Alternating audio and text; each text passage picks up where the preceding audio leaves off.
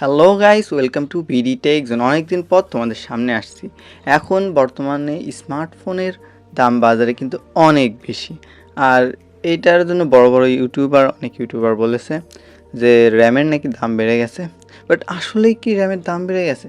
Production cost তো একই রয়েছে, প্রোডাকশনের খরচ বাড়েনি, বাট র্যামের দাম বেড়ে গেছে। এখন অনেকে বলতেছে যে নতুন নাকি এআই কোম্পানি, বড় বড় এআই কোম্পানি বিল্ড হচ্ছে, যার জন্য এই র্যাম বেশি লাগতেছে, স্টোরেজ লাগতেছে, উন্নত প্রসেসর লাগতেছে।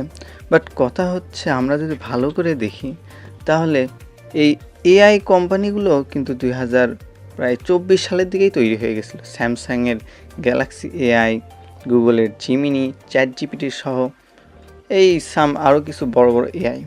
বাট এখন যে সেরকম বড় কোনো এআই কোম্পানি তৈরি হচ্ছে বা এআই সার্ভার তৈরি হচ্ছে, এটা নিয়ে আমরা কিন্তু সেরকম একটা জানি না।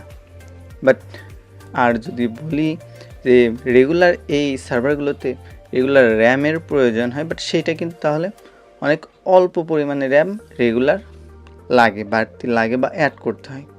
সো সেই জন্য কিন্তু আসলে র্যামের ঘাটতি পড়ার কথা না। তাহলে আপনাদের কি মনে হচ্ছে, র্যামের কি সত্যি ঘাটতি পড়েছে, নাকি পুরোটাই আসলে কোনো একটা কোম্পানির ইচ্ছাই বা কয়েকটা কোম্পানি মিলে তৈরি করা একটা সিন্ডিকেট বা অতিরিক্ত লাভের কোনো একটা চক্র?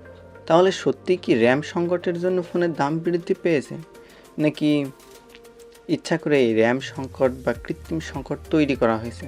সো এই বিষয় নিয়ে আমি অনেকদিন ধরে ঘাটাঘাটি করতেছি এবং আশা করি অতি শীঘ্রই এই টপিকের উপর ভিডিও নিয়ে আসতে পারবো। সো আপনারা যারা নতুন তারা এই ধরনের ভিডিও দেখতে চাইলে সাবস্ক্রাইব করে রাখেন।